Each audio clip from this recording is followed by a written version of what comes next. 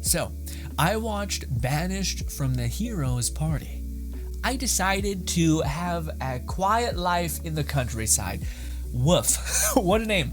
Ladies and gentlemen, this is a show that has a lot going on, is very creative because it does stuff that not a lot of shows do. It subverts your expectations, but is one of the slowest shows I think I've ever watched. I understand. I was asking you guys about the show because I was telling you guys I was going to watch it on stream, and of course you guys were saying it was kind of good, but it was slow, and I stopped watching it at episode 8 and episode 7, episode 12. I get it.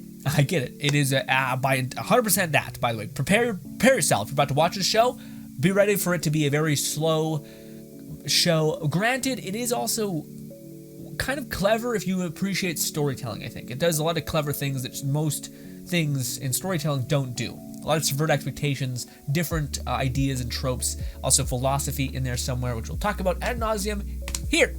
So, the baseline of the show, I want to make a quick sell at this, see how you guys feel about a quicker introduction to the show.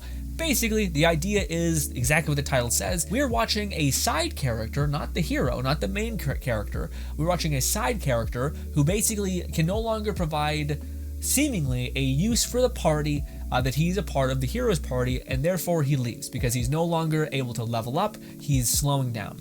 And therefore he leaves to a countryside, and the hero's party doesn't know he left. They just know that he kind of scouted and said he could be more useful somewhere else, kind of. Now, why is our main protagonist, not the hero, not getting stronger? Why is he still weak? He's not weak, but yeah. But why is he still weak? Basically, in this world, the premise of this world is that every single person is given a trait, kind of like the brawler, kind of like the mystic, kind of like the sage, the mage, the spellweaver, like anything like that you would see as like a class header. And the more you partake in whatever your thing is, the more you develop in that, and the more you kind of level up in a sense. So if you are given randomly bestowed upon you the brawler kind of like skill tree, I guess, or like proficiency, you'll be proficient in any weapon that you can get your hands on really quick. Not an expert in it, but you'll be able to pick up a rock and throw it at somebody and like knock their head off. You'll also be able to gain experience in fighting. So as soon any sort of brawl that you get into, every single brawl you'll become more and more stronger, given you win, given you do violence, given you kill maybe what you hurt or what you're attacking. And there is a proclivity to do the thing that you're bestowed upon, but it's not innate. It's not like you have to do it. It's like an inclination, like a feeling, like a sense that I want to hurt this person because it's going to make me better. It's going to make me improve. You know, I want to make food because every single time I do it, it makes me feel like I'm living in my quote unquote purpose. I'm doing something that it feels in my nature it's telling me to do. But that doesn't mean you have to do it. But it does mean that if you are not blessed in like the area of like making food, you are kind of heavily limited in making food. It still seems like you can make food. It's just that people in this world are like playing an accelerated game, massively accelerated, like beyond talent of proficiency in making food. So a person who has no skill tree about making a master chef will basically be smothered by the person that does. So if you have no skill acquisition of it, you're probably going to be okay at it, but not great. And there's no way seemingly to gain a new trait, within one exception they later talk about. But regardless, the main character is basically given the trait of the guardian, or the guide. That's what it is, the guide. And the guide is supposed to lead the hero. So of course, the hero is the main character's sister, which I did not know about, by the way. There's a lot of weird tension happening in ambas and trailers that I've seen. Did not know that was his sis. There was weird tension. Anyway, of course, it's anime. But the guide is supposed to guide the hero and all that stuff. But the guide eventually caps out. So eventually the guide, the hero, the sage, the monk, they all have insane like distance, like depth of build, let's call it. Whereas the guide, he peaks early on, and then he's kind of the jack of all trades, which therefore makes him so he can't really do much more of anything. But this is something that they talk about at this in the story, and they kind of hint at early on. But quickly in the story, this is the last little tiny tease I'll give you for people who want to go check out the show. you find out that the main character is in seemingly no way a waste. He is like a crucial member of the party. He was doing everything that power does not do. He was the strategist, he was the scout, he was the glue that kept everybody together. He was the person that made everyone feel sane. He was the person that made food for everyone, I think. He's the person that made the camp feel like they were a team. Kind of the thing that kept everybody together. So by him leaving, because he's selfless and thinks like, I don't want to, I'm holding my team back, they're going to get killed because of me trying to protect me, because I no longer can really do that myself, despite he can still hold his own. But it's just that he can feel himself like limiting. And I was really waiting. Okay, that's my thing. And then the show continues with him making an apothecary, him basically having a quiet life with a very cute blonde girl, and just vibing while the hero's party falls apart. is kind of the subheader. Now that's the best sell I can do. We're still going to be kind of talking about it, less spoilery, and then we're going to ramp up. But one of the things that this show does expertly well, and I really wish they would have developed this further, but it's the kind of philosophy kind of mindset of like, choose your destiny. You might have an inherent proclivity or talent in something, but if you have no meaning in it, if you don't want to pursue it, if it doesn't make you happy and excited to live, then don't pursue it. It's kind of like this is something that Mob Psycho hits on a great deal, which is like, you could have all the talent in the world, but if you don't actually like what that talent is bringing you, then just find what does and work your ass off there and earn it. Earn whatever it is. You may not have any talent in it, but that doesn't mean you can't earn your place in this world. It's harmony. It's like you could be tall as hell and be good at basketball, but what if you have no interest in being a basketball player? Also athletic, all that stuff. What if instead you love cars and you just want to like build cars? You want to build engines and work on that. Are you better off pursuing your talent and completely forgetting about what you enjoy in the world? No, you should probably pursue the thing that you may not have any talent in, but you enjoy. And also, you'll feel like you've earned it. Now, granted, sometimes you can have it both. You can do your talent. It's proficient enough to give you money, and then you can like make model cars. You can work on that on the side until you're willing to shift. And you always have the backdrop of being able to do X, Y, Z, because skills don't just go away. And again, this perspective is not for efficiency, it's for meaning and happiness in your life. Like, sure, shit, yes, if you had talent and you liked what you did, or you pursued that thing that you were talented in, yes, you have a greater jumping off point to succeed. But that's not to say that you're happy doing it. What's the life if you're feeling meaningless living it? Because you don't have to work for anything, you're just kind of inherently gifted in it, and you're just kind of like, I've won, essentially. You need resistance, you need development, you need to push forward, you need to want to live the life that you're trying to push forward for. I'm talking a little fast, let's slow down. Slow down. But one of the things that the show does a lot is that sentiment of, do you choose your destiny, or do you just do whatever you feel is innate within your ability? And the show makes a good argument for, no, you decide. And also, one of the things that the show does, which I think is brilliant, and not so many shows ever do, but it says that it's and this is something that Mob Psycho does a lot too. I wonder if there's a lot of inspiration there. Maybe not, but it's similar themes. But it's you owe nobody nothing. The end. Like, sorry. Like, if we were in a what do you call it, a different situation with like in a world that was like we basically had no tools, no nothing, you'd see really quickly that no one's entitled to kindness, no one's entitled to this, no one's entitled to that. But that doesn't mean you don't do those things. It just means that for people who want to live their life, whatever they want to do with that life, as long as it's not hurting anyone, who cares? It's like, it's not your obligation to save somebody.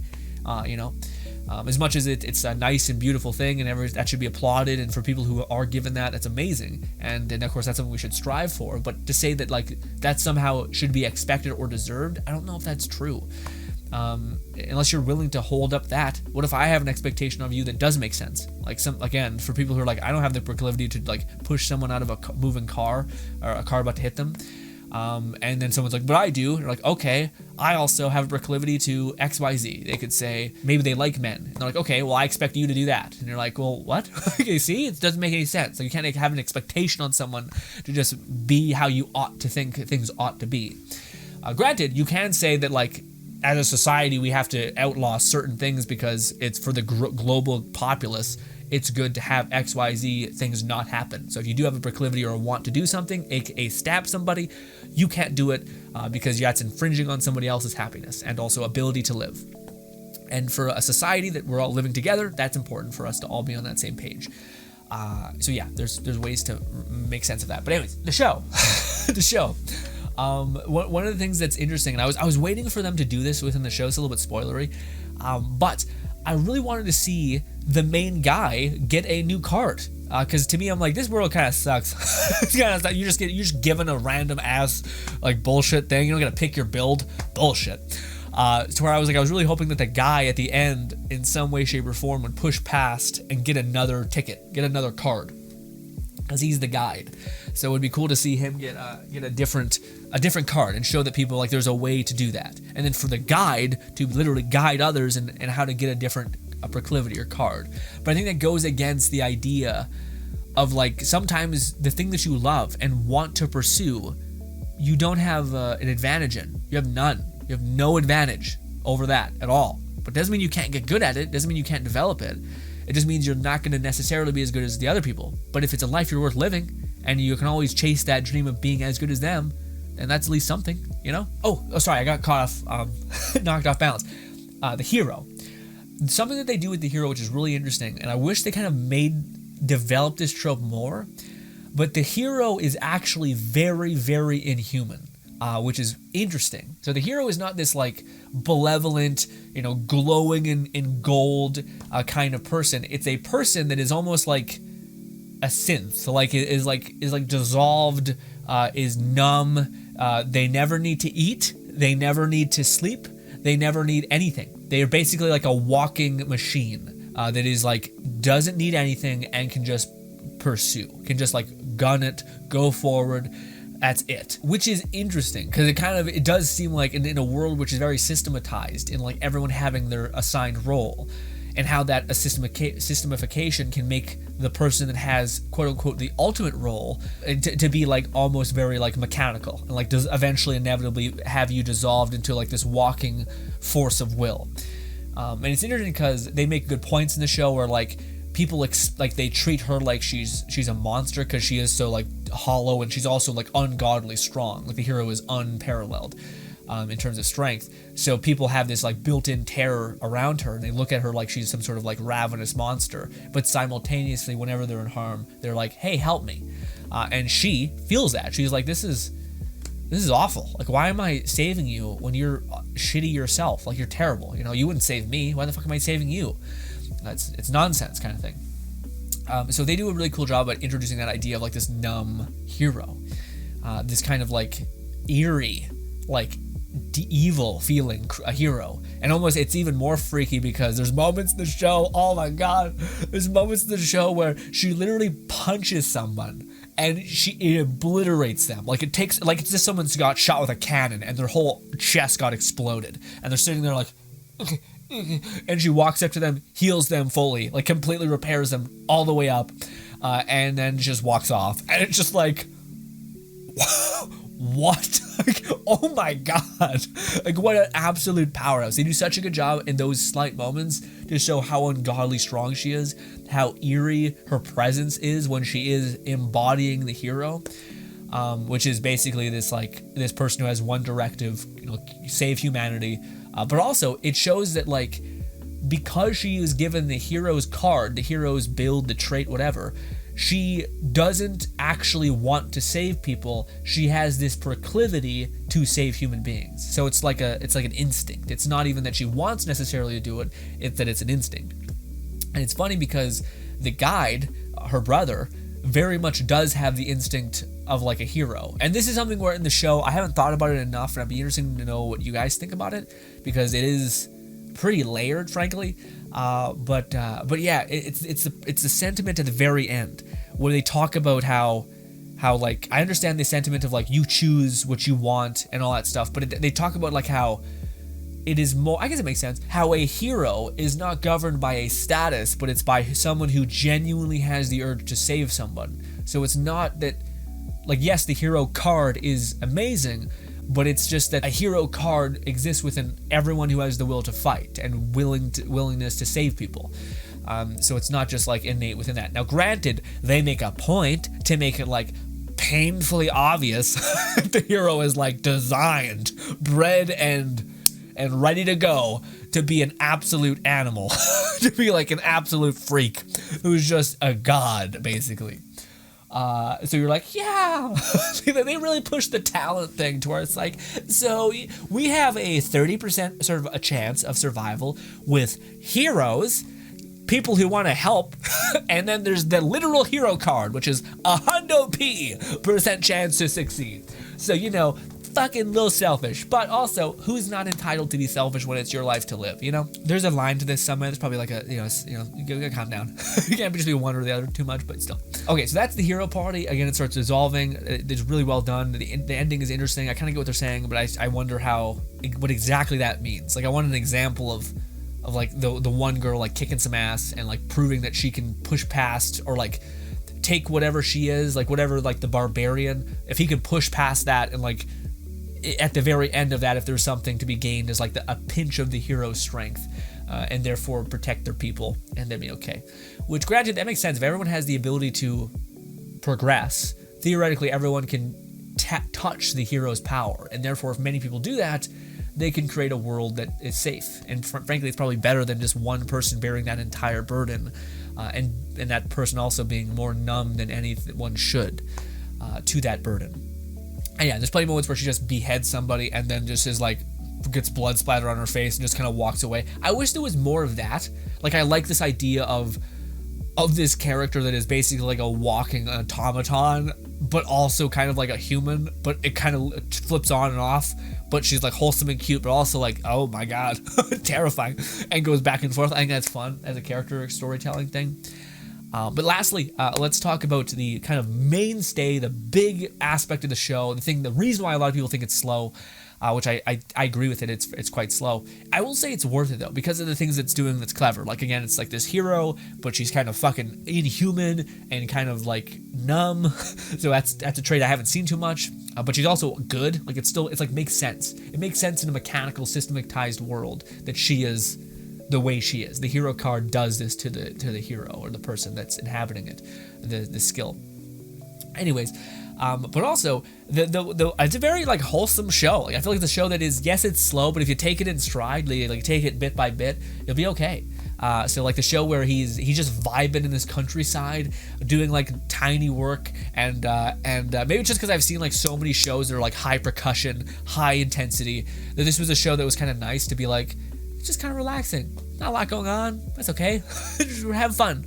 You know, we're watching him have a waifu kind of up. This is the other big thing that the show has, which I haven't seen many other shows even come close to. But this show very much does the like romance thing to 10, which is at times it seems like, yeah, it makes sense. But they go deep. Like, the main character pops his cherry, so to speak, at the end. There's like kissing, there's some saliva strands. It's not like itchy though, which is hilarious, but it's not. It's actually not even like too revealing. Like, a lot of the people in the show aren't necessarily like cleavage everywhere. Little big booba, that's kind of like a passive trait, of course. But yeah, nothing like super egregious. But they do take liberties in like, hey, if you have a person in which is supporting you, and you also are 100% sure that you both like each other, and you're both like basically living as a quote-unquote married couple / really close roommates, yeah, yeah, things get quote-unquote messy. We'll say that as a nice way of putting it.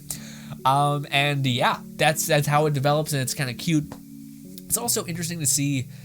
Again, I almost wish this show did the last 3 things in the last 2 parts, which maybe is not what people want. I understand like they're trying to fight this idea of like this meandering slowness, but I feel like that maybe is why it's perceived as being slow, is because we're seeing like a very slow pace to everything. And I think in the beginning you're like locked in, because you don't mind seeing like the hero's journey, which is kind of progressing slightly fast, just kind of some sort of like overarching thing that's going to pay off at the end, or we're going to dive into at the end. But then there's this moment of like him trying to like decode, like we just talked about an anime called By the Grace of the Gods, which is all about like it seems like to me the best filler show ever. Like it's just so clever about how it goes into these specific detailed things, but also simultaneously makes you kind of interested in where this goes. Whereas in the beginning of the show, I find that when we were dealing with the dude, and he was like, what do you call it? He was going around and like making things for people, making like special treats or trinkets or like candy that basically made it so that you wouldn't, it wasn't bitter, so you could give it to kids or give it to everybody and they would heal them. So you could keep giving these people these cookies and actually make them have a much better term of life, long term of life, which was awesome, very clever. But then when it starts getting into like this, like I felt like the ending made me like want to detach more, because it kind of started to get like, oh, there's this overarching plot of like, there's these cards and there's this guy and there's like this plot now happening where the one guy is against the other guy, and then like there's this poison being developed, and there's and to me I just felt like it got into this like very fast and slow pace, and that like contrast makes things worse. So if you have a really slow show, and then you have like a really high, like faster pace, tension building, and then in that tension building, we want a resolution. It makes that tension part really slow because your brain wants a conclusion, and it doesn't like sitting in this kind of anxiety, so it wants resolution. I feel like that's where the show to me started getting weird. Like I actually enjoyed the like, I feel like the filler could be done better, where like I would have been cool seeing him and her go out into like some caves. Find a specific thing, maybe like talk about their like skill utility and stuff like that, and then like actually attain like an herb, come back, make it, and then boom, it's there, and then everybody loves it. You can see the application of why it's valuable. You know, kids eating it and being like, oh my god, I'm fixed, I'm saved. Old people eating it who can't necessarily chew, maybe breaking it up, giving it to them. So like stuff like that makes the journey feel like you've seen a resolution, a reward, and it's satisfying, but it's also slow. I think this is what makes shows like the one we just talked about, By the Grace of the Gods, because it keeps a consistent slow pace. It feels less horrible. Whereas if you have this kind of like, here's this, now here's that, here's this, and then it gets kind of messy. So that's why I think it feels slower than the show I just mentioned, which is By the Grace of the Gods, which is unarguably, an absolute slow show, but it doesn't feel as bad because it's the way it's kind of paced out. But anyways, it's really cool. Again, I like the romance option that actually seems like it's developed and makes sense, and actually seems like it's thought through and it's real. Like it's the guy's not just sitting in like this back and forth. Are we a couple? Aren't we a couple? God, I don't know. We're just gonna hang out in this hell for like 50 years. No, shit progresses. That all works out.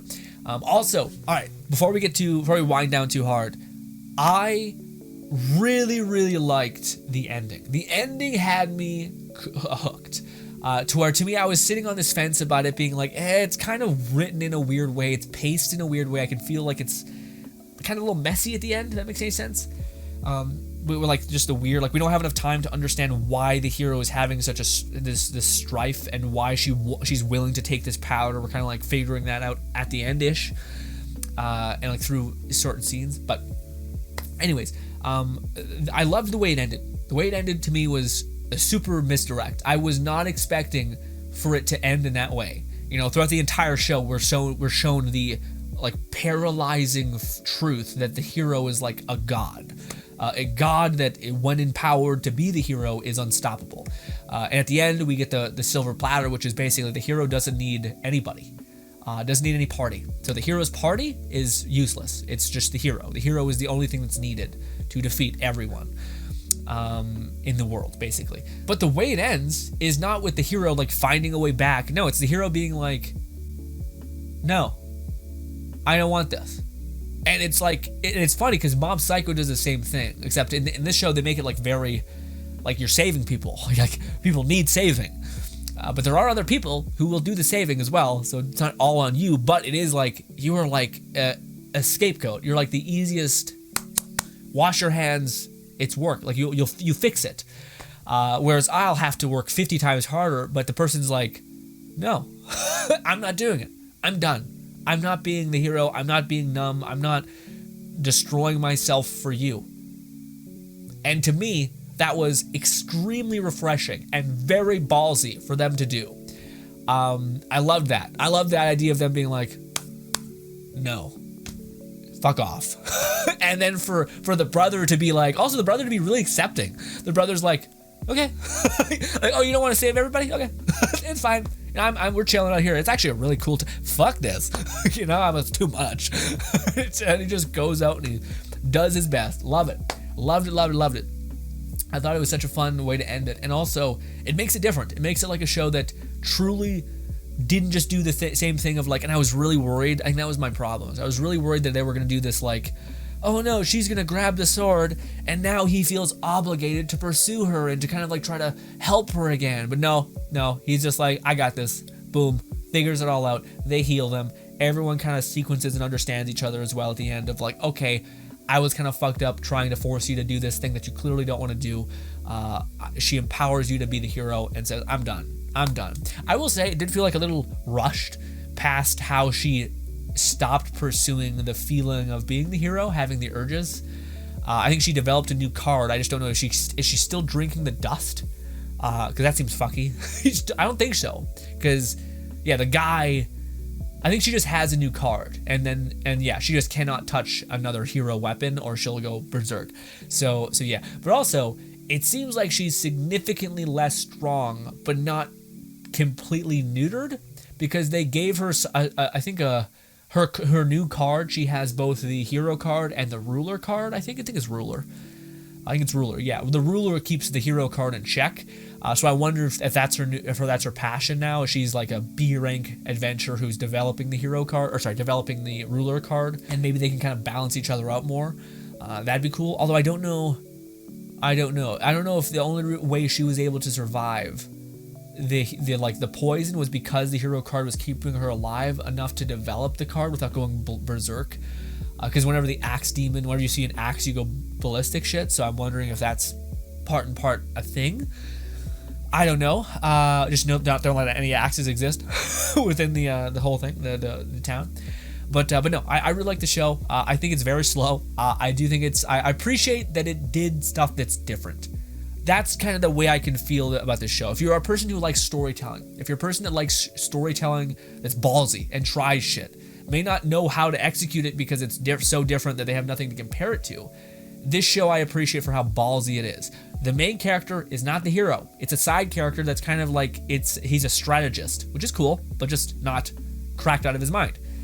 The second character, or the second thing, is that the hero is dark as shit. The hero is more menacing than demons. No shit. Also, there's a romance thing that actually develops almost to its maximum conclusion, to where like they bang and they have basically married. They moved in really quick though. It kind of was honestly it makes sense if you're able to vibe with someone in the same house.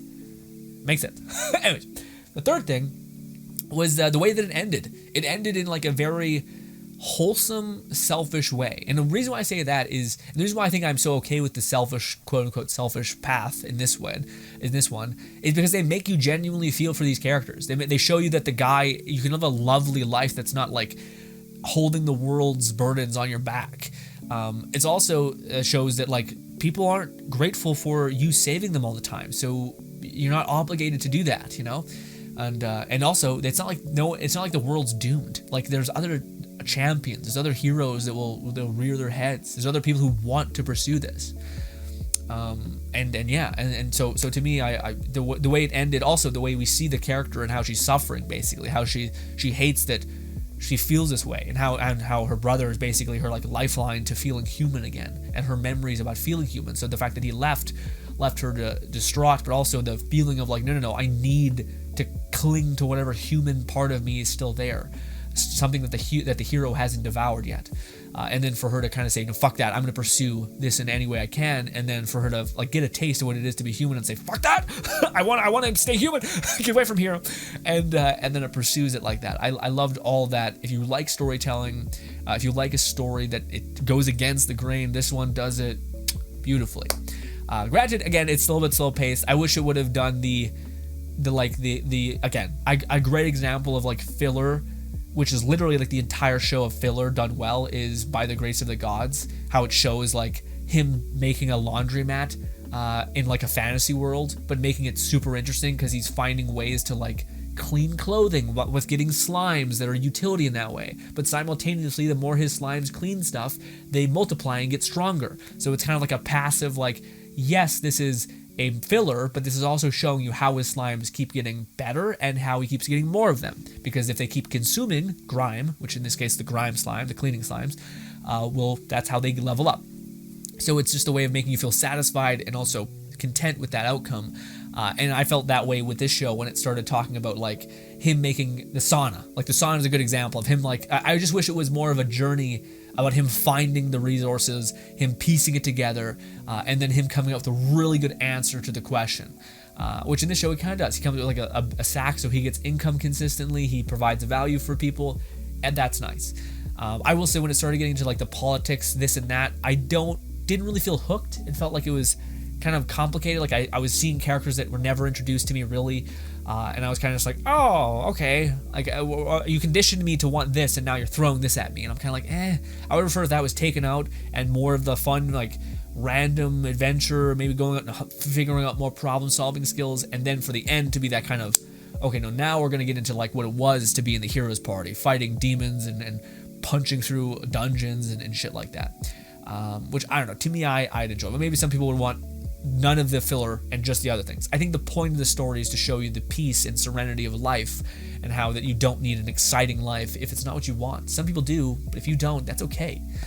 Pursue the life that is worth living to you, not necessarily what you are inherently talented in or what others want you to be. Live your life for you and be happy. I think that's a beautiful message. But ladies and gentlemen, give the show a watch if any of that made sense to you or interests you. I liked it a lot. I don't think we're going to get a season 2, frankly. I also think the show ended in such a conclusive way that I don't know if I'd want a season 2. And if it did, I'd want it to be very zoomed in again. Like, again, I would want it to be basically a filler show with maybe at the end culminating in like a, let's redevelop the heroes party for one last time.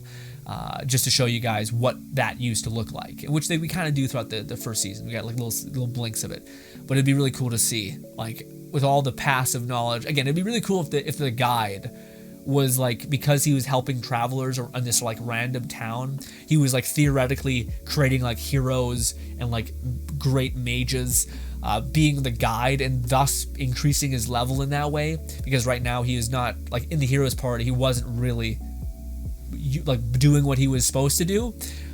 Kind of, it seems like he kind of capped out on that a little bit. Whereas being in a town where people need advice, and what better advice to get from an apothecary who's going to try to heal you, try to fix you, going to try to train you, push you on your way. That to me would make sense, that like the hero gets back into like the swing of things and is like, holy shit, I'm overpowered now. I'm actually kicking some ass. I did exactly what it wanted me to do. Holy shit. I think that'd be fun for season 2, but I don't think we're going to get it yet. It was also a show that I think was popular, but not too popular. It was popular at the start and then kind of dwindled out because it had a cool premise, and then I think meandered a little bit for some people. And yeah, but let me know what you guys think. If you liked it, if you didn't like it, I would love to hear what you think. Because again, I maybe it's just me who thought these things. I would want to know if you have a different perspective, and also where potentially the story would go. People who have read the manga, because that was something I couldn't really get a read on anywhere online, is where the manga goes, because it does continue, weirdly enough. I digress. Ladies and gentlemen, thank you so much for your time. Enjoy the rest of your day. Consider subscribing or liking, and goodbye.